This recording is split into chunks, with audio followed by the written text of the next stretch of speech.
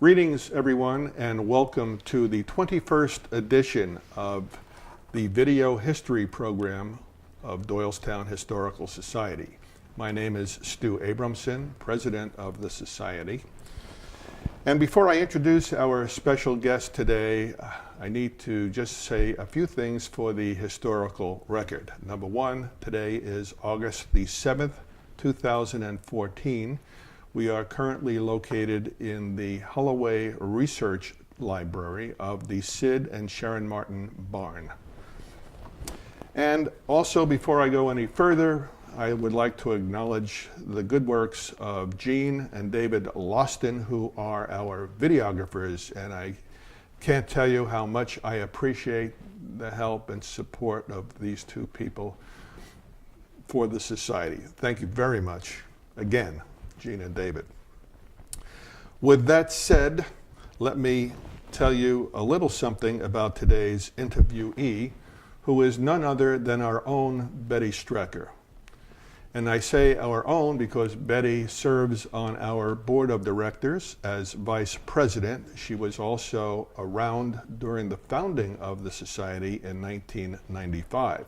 And we will get into that in some detail. But before we do that, I want to give you some background on Betty, just so you have some summary information for those people who are not familiar with her. So, she was born in 1933 in Columbus, Ohio. And for the mathematically challenged out there, I will do the math for you. That means that she joined the octogenarian club about a year or so ago. She graduated high school, and you'll excuse me if I refer to my notes for these little events, but she graduated from high school, class of 1951 in Ohio. She was accepted to Ohio State University, but instead of attending that university, she did what many young women do at that time. She got married. In 1956, she moved to Philadelphia, then to Bucks County in 1957, and finally to Doylestown in 1965. So beginning next year sometime, that will make Betty a 50-year resident of Doylestown. She raised a family of 3 children with her husband, Charles. Charles unfortunately passed away in 2004.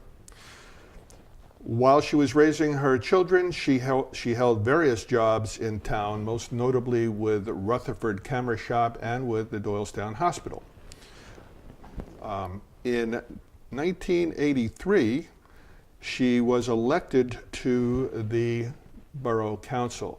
She served on Borough Council for a period of 16 years, the last 2 years as president of the council. She was the first, and I believe the only, woman Borough Council president. On council, she served in many capacities. Of note was her work as coordinator of the sesquicentennial celebration of Doylestown becoming a borough, an official borough, municipal borough.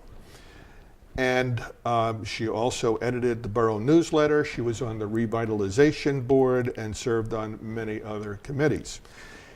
In 1993, she was the founder of the Civil War Roundtable, and she served as its first president. She also served as its executive director up until earlier this year when she retired from that position.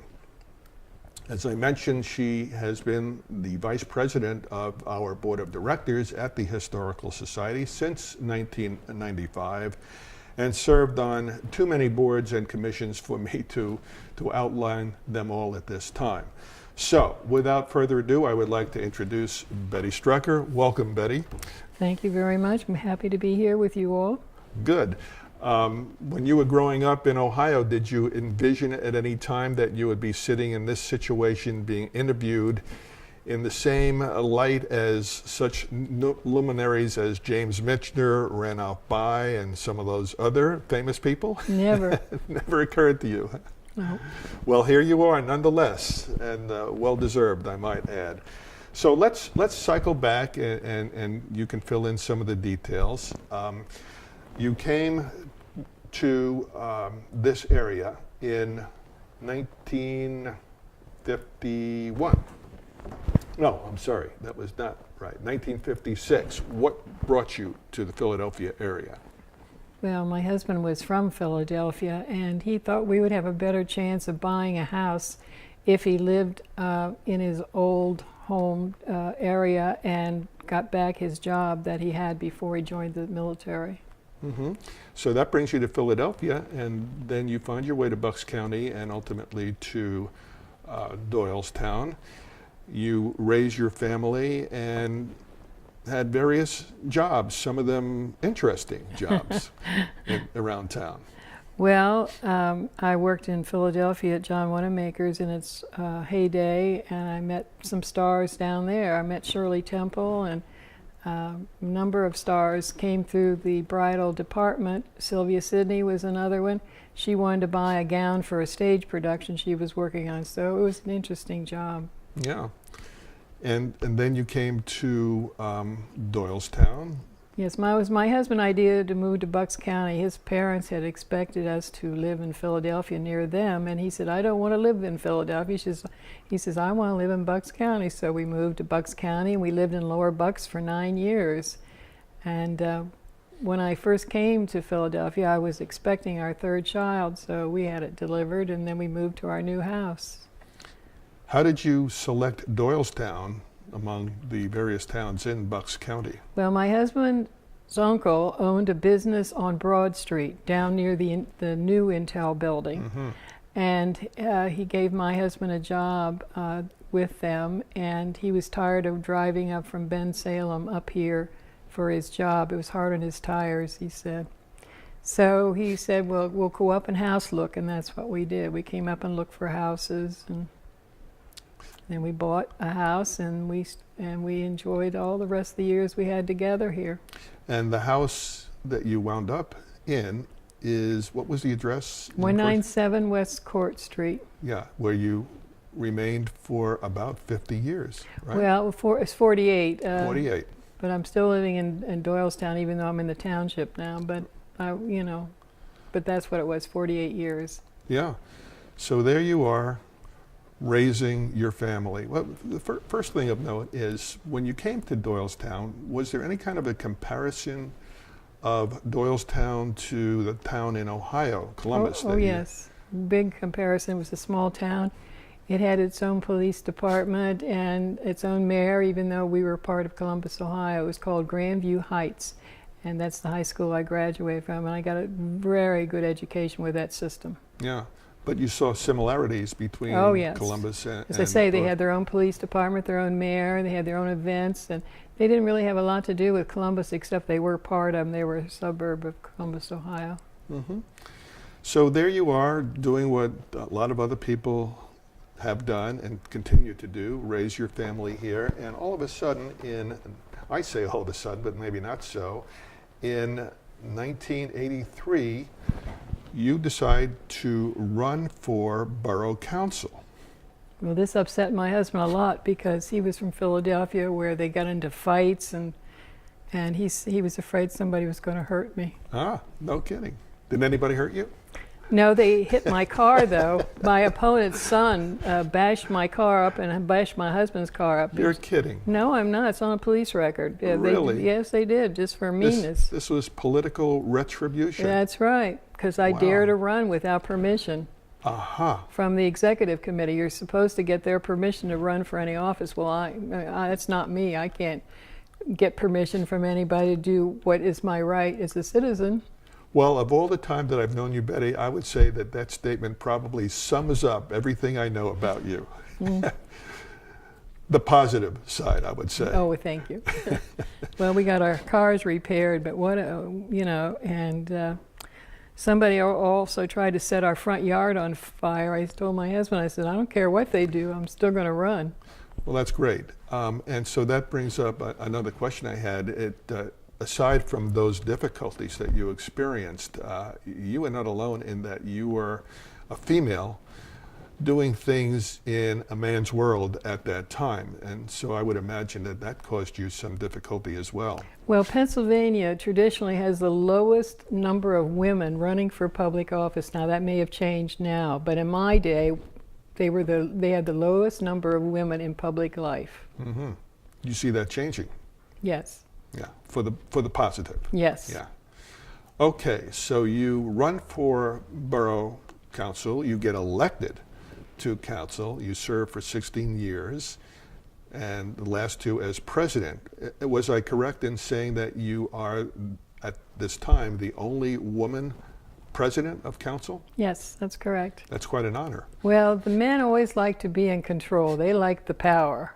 And it was just surprising that they would elect me. But we had a very good man on council, Myron Fetch. He has since passed away. And he lobbied for me. And so therefore I got elected. There you go. So can you speak about some of your experiences? I know that's a long time period, but anything controversial or milestone decisions that were made during that time period? Well, actually, the revitalization board was my idea because Ben Jones, our manager at that time, had presented this plan to the borough, and the audience didn't like it.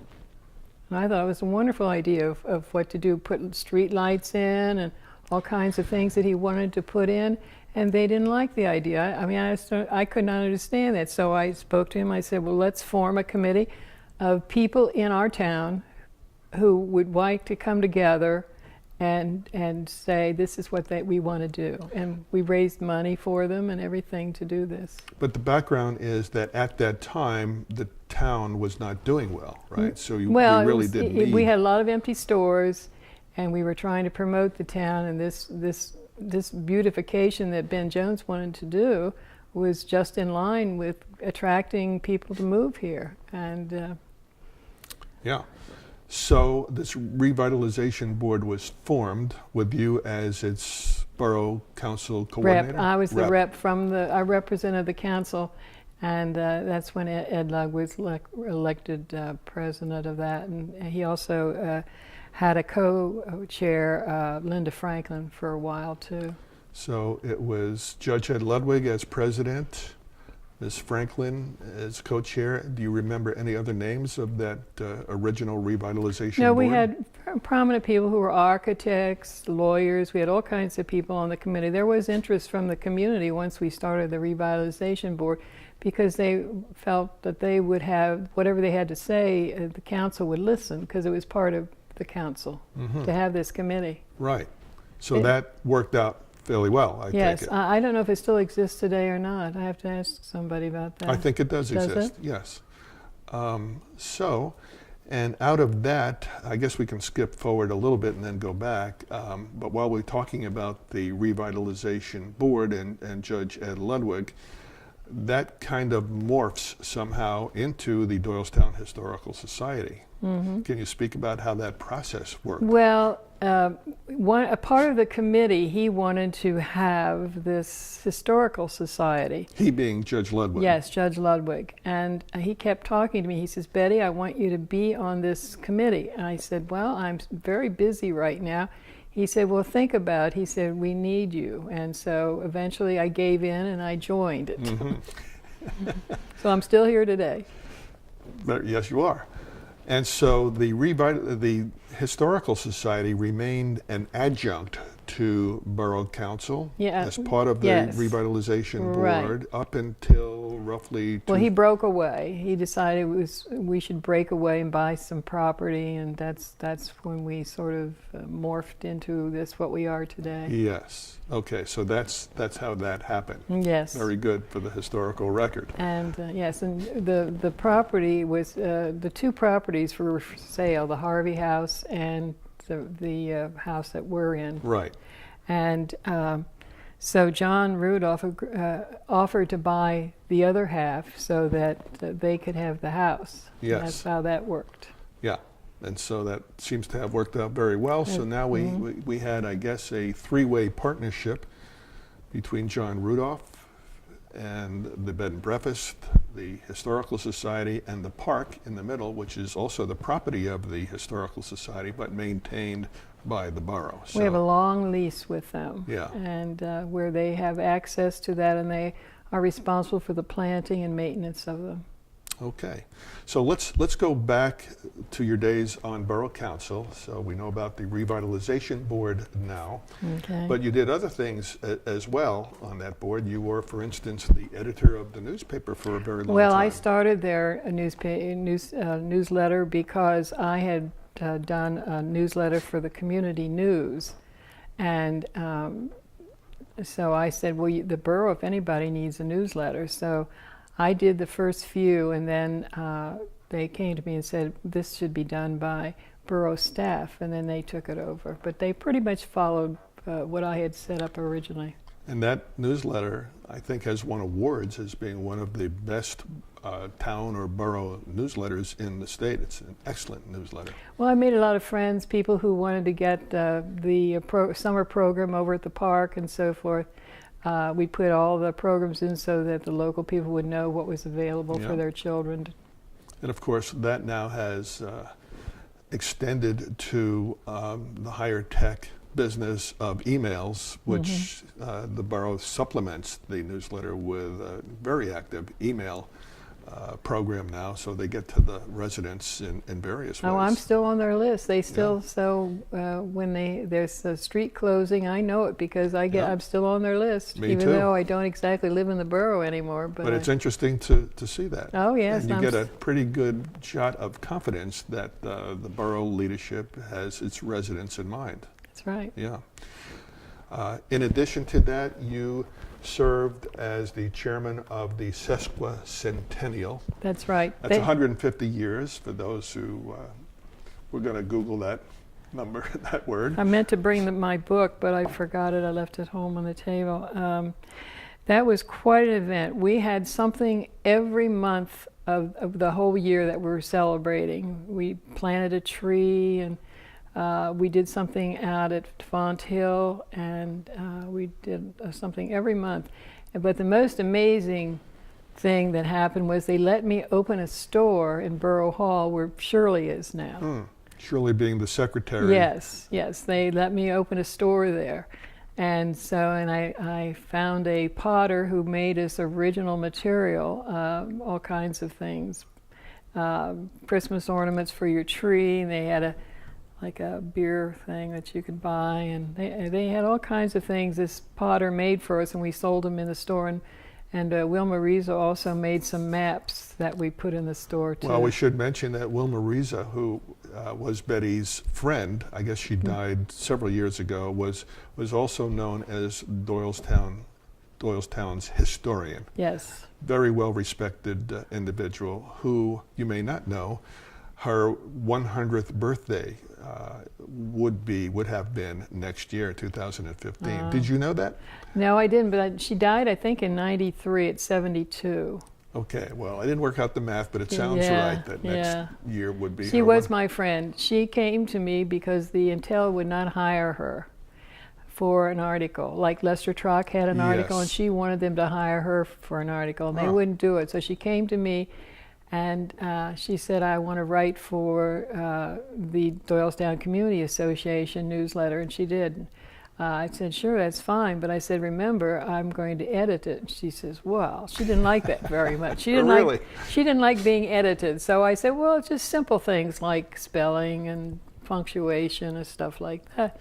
So she agreed, and so she's about in every copy we have with some article that she wrote for us. Well, I guess I can understand that reluctance to be edited because the final version of the two books that she wound up writing were handwritten, and I understand that she insisted that those books remain handwritten. Oh, yeah, she's offended if you ask her to typeset it. Yes, and it's kind of tough to edit something that somebody has handwritten. They have to rewrite the entire page. Well, that was her way, and she was really a very intelligent person, and she did a lot of research. She would go over to Spruance, and she would go to the county and get all kinds of information. Well, I never knew her. I came well after her time, but I know her name continues to come up, and she is extremely well respected in this community. As a matter of fact, I'll have to check the numbers, but if next year, 2015, is indeed her 100th birthday, anniversary of her birth, we will plan to do some sort of a commemoration for her in her honor. And I know there was a video that was done that you had a part in for one of Wilmer's birthdays that we have here at the Society that a number of people participated in. You remember that one, huh? Yes, well, they also did some kind of a production too, but I had a very bad cold and I wasn't able to be involved in that. Yeah. So, okay, so Wilma Riesel was one of your great buddies. Oh, she was. She'd only lived on the next street from me, and we were very good friends. Okay, so we talked about the newsletter, the Right Revitalization Board, and now let's skip to 1993, where you are the founder of the Bucks County Civil War Roundtable. Can you speak a bit about that? Yes, we had a long weekend, and I don't know if we're allowed to, and these are some of the events that we had. Okay, rather than hold them up for the camera now. No, you don't have to hold them up. I just put there for your information. Oh, okay, for my personal information. Yes, yes. Okay. And we had restaurants that were in the street to sell food to the people that came for this long Civil War weekend. Somebody loaned us a big cannon. The post office brought a little mini building and sold those, what do they call those, same day, that you designed something for them and they put them on the envelopes and then they sent. Oh yeah, yes. Yes, that's what they did, and I still have the original sign, I think, stored at the Civil War Museum. Well, I've been in that building, and the memorabilia that you have there is incredible.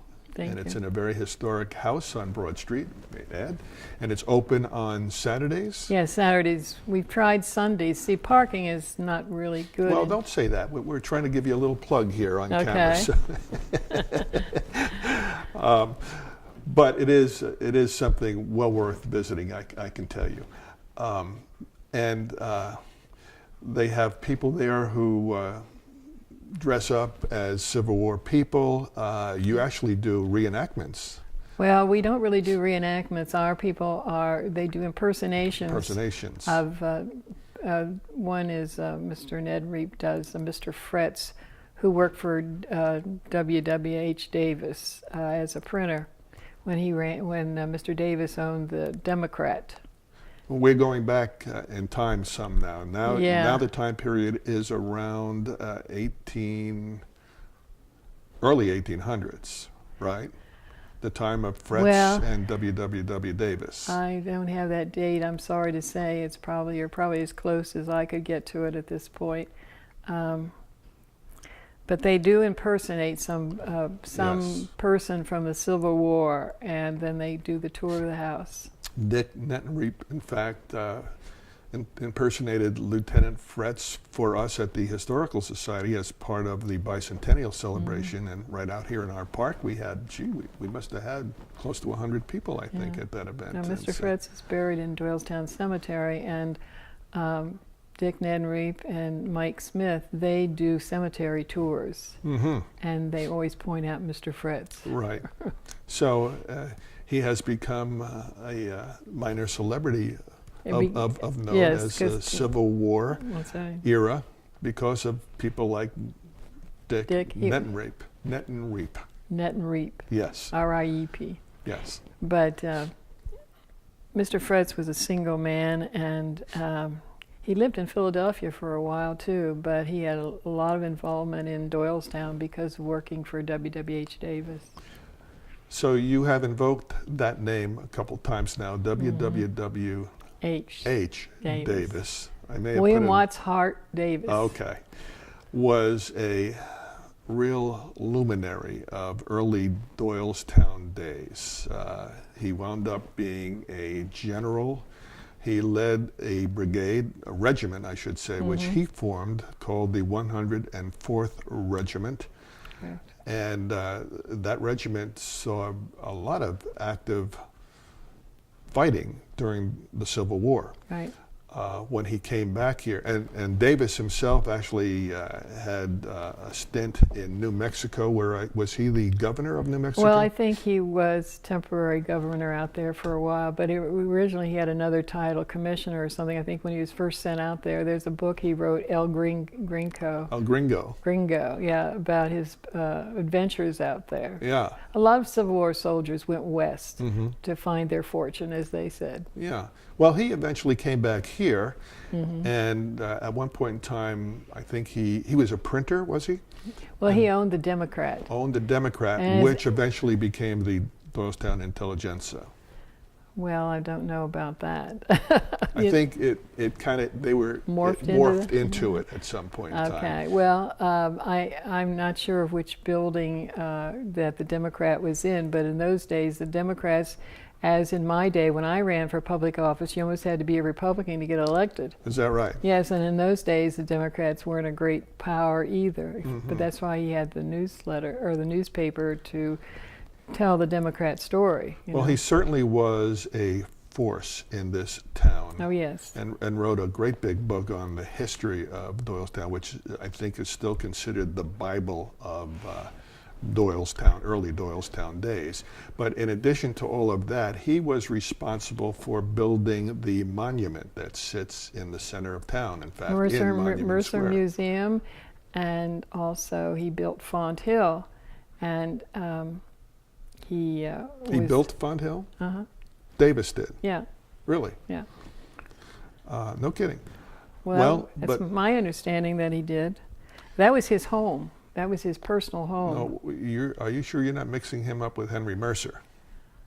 Well, it's possible. It's possible. Font Hill was the home of Henry Mercer.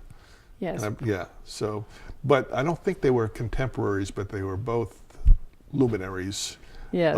of Doylestown. But let's get back to Davis and this monument.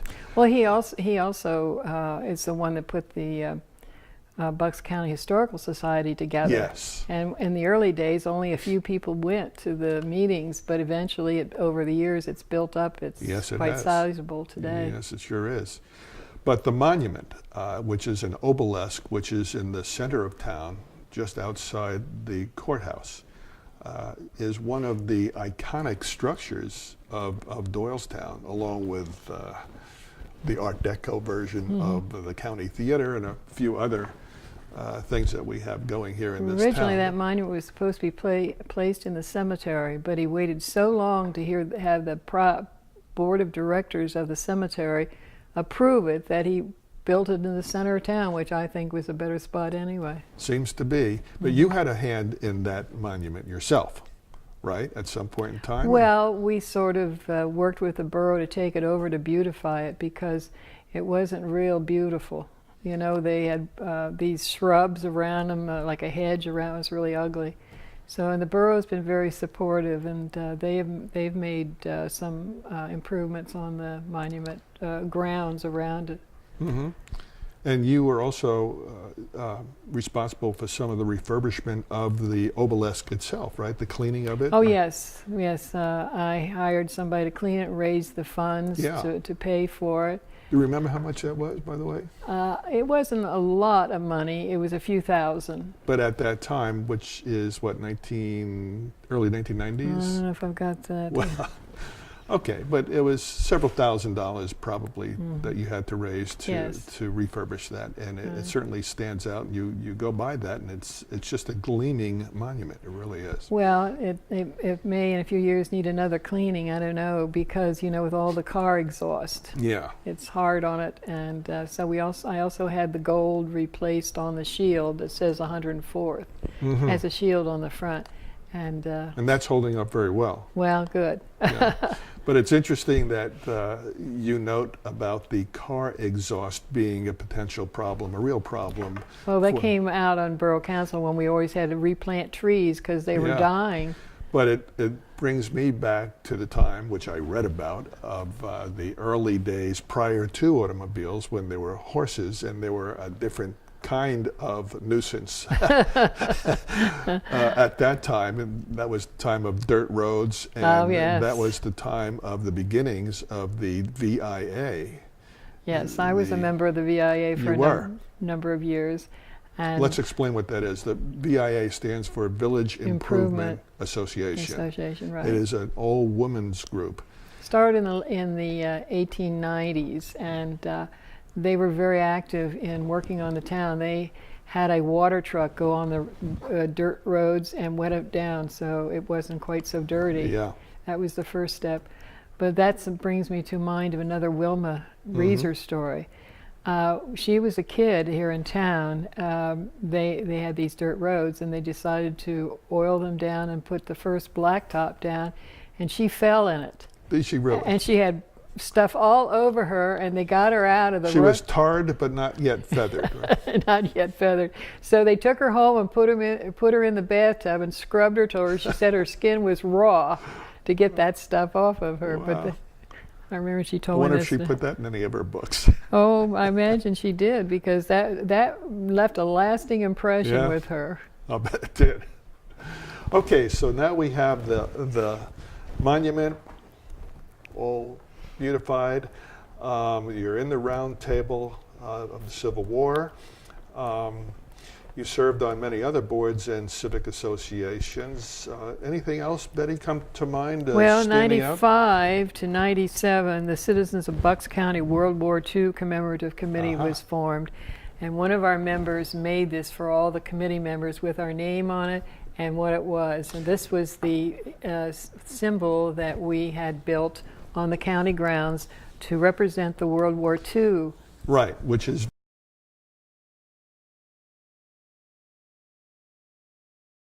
maybe we'll show a live picture of that as well. That's a lasting legacy. Well, I do have a picture that it shows you partial of it and shows you the inscription on the bottom and so forth. That was crossed here. But there was another monument, I think a World War II monument that you had some part in, that is in the War Memorial Field, or is that some other? That represents, it's two-sided. It's black granite or marble, I'm not sure which it is, but we had a company at that time, who no longer exists, etched it. Pictures on one side was the picture of one of the original fairgrounds buildings. You know, like where they put the buses up there at one time before they took those away. Well, that was one of the original buildings.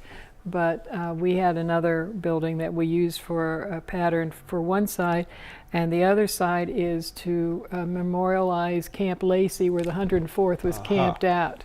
Prior to the time that they departed to Washington. To Washington to participate in the Civil War. So they did their initial training there. Oh yes, and they went down to the gun club that's in the area to practice gun, and then they would march all the way down to where Davis's family home was, in Davisville. In Davisville, Pennsylvania, which is about a half-hour drive from here. Yes, it's close, but he marched him down there, and then when they got to the other end, they would have these tables laden down with food for them and all. Wow, I bet. I mean, it's a half hour by car. I don't know how long it is by foot. I don't know. They had to walk it. There's actually a General Davis Tavern in, I think, Southampton or close by there. Well, there's an elementary school, too. Yeah? Ah, how do you like that? Oh, well, they did honor their people. Yeah. Okay. So does that bring us up to date? Any other highlights or major events that you'd like to speak about? Well, you know, the World War II monument was important because they kept mistaking the Civil War monument for a World War II monument. So Judy Hopkins was our chairperson, and she got us all together. Bill Neese was on it, and Doris, his wife. Bill Neese being the mayor of Doylestown. Yes, who's now passed. Long-time mayor. Now passed away. But we had a wonderful committee. We had World War II veterans on there, and it was really a good experience. And we sold bricks to family members to make sort of a plaza effect up there. Very nice. And wasn't there a Red Ball, or am I thinking of something Well, that's else? the Civil War. We had a Civil War Ball in '92 to raise funds when we cleaned the monument. That's where some of our money came from that, besides private parties and foundations gave us money. The next thing would be, well, after we formed the roundtable, we put together a book called Bucks County Soldiers I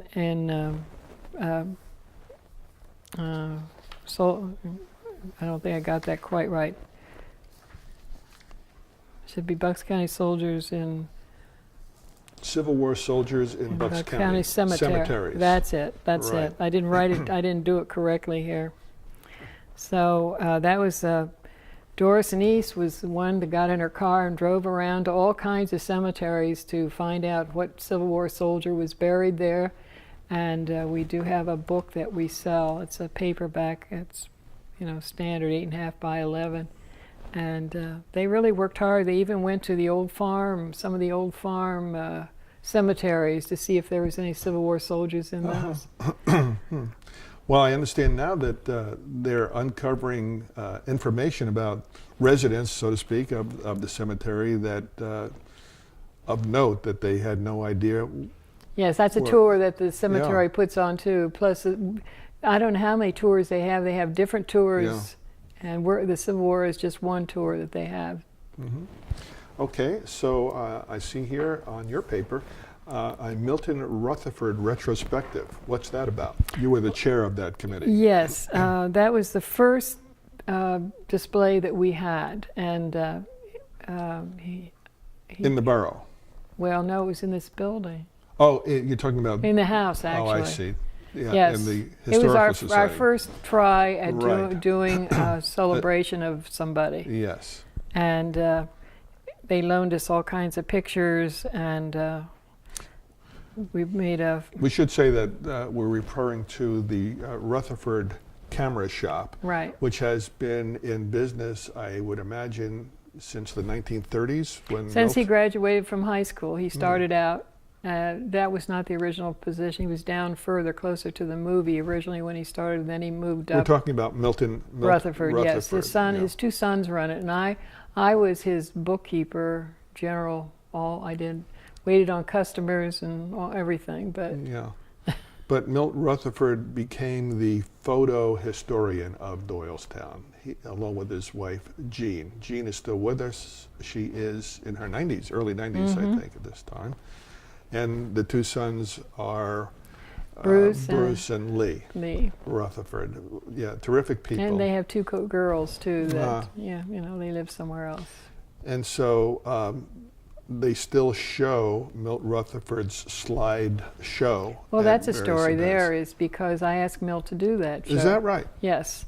That was supposed to be for our event sesquicentennial. I said, because he had put other shows together, and I said, why don't you put one together about Doylestown to show at this, because we had a queen, and they had a queen way back when, in 1938, I think, was when they had a special event in town, and they got a queen, and so we got one too.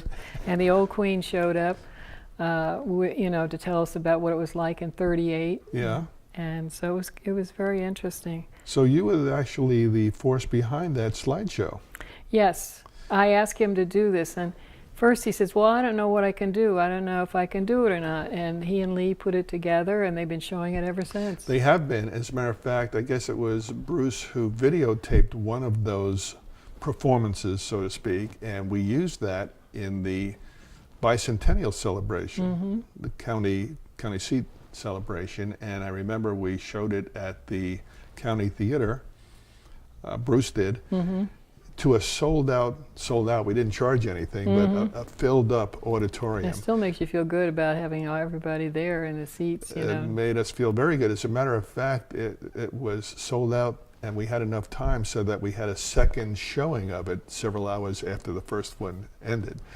Well, and for those of you watching this, that is also available on the bicentennial video, also produced by Gene and David Loston, and I highly recommend you look at that one. We're getting a lot of plugs in here. Yeah.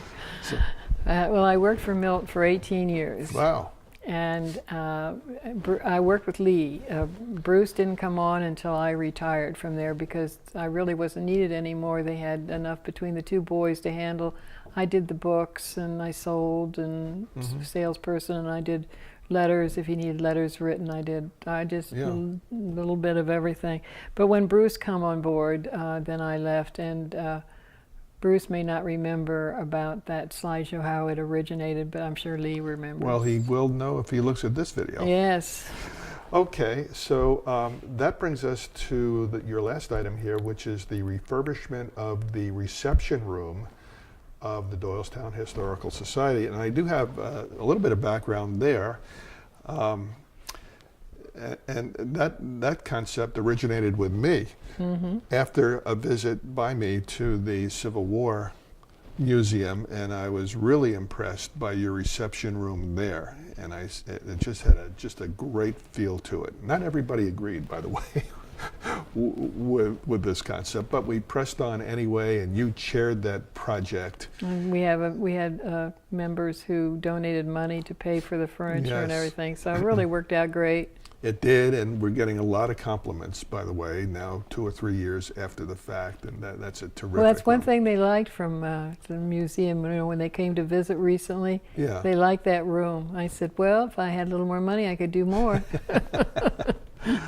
Okay, very good. Let's kind of wrap it up. Anything else that you remember? Anything of note? Well, no, I can't think of anything else. Well, let's talk just before we finish here about the town itself of Doylestown. You know, everybody pretty much agrees that Doylestown is a quintessential American town. No question about that. Did you, over the 50-year period that you've been here, have you seen a lot of changes? Well, we've gotten a lot of people from New York and northern New Jersey because they can live here cheaper than they can in New York City. Yeah. And that reminds me of a story John Davis told me. I don't know if John Davis being the borough manager. I don't know if he'd want me to repeat this or not, but he said the first thing they do when they move into town is come over and tell me how to run this town. Sounds like New York people, doesn't it? Yes. That was his. We won't show this video in New York. Well, I'll tell you from my perspective, and I've been here about the same length of time as you have. I originated in metropolitan New York City, by the way, so I know exactly what you're talking about. But from my perspective, there has been a number of cosmetic changes, I'll say, but the basic charm of this town remains, and I think that is a tribute to the people who manage the town, that they have kept things the way you would hope they would keep them, let me put it that way. It's still a great place to live, great place to raise children, and like that. Our school is very well, our system is very well thought of. And one thing that everybody says to me is when they come to town, everybody's so friendly and helpful. Yes, absolutely. Yeah, quite a bit different than the reputation, I'll say, of New York City. Yeah. Okay, well, Betty, thank you very much for agreeing to do this. It was enjoyable just chatting with you like this, and I'm hopeful that the people who look at this video several years from now will get a sense of what things were like during your time here. Thank you very much. Thank you for inviting me.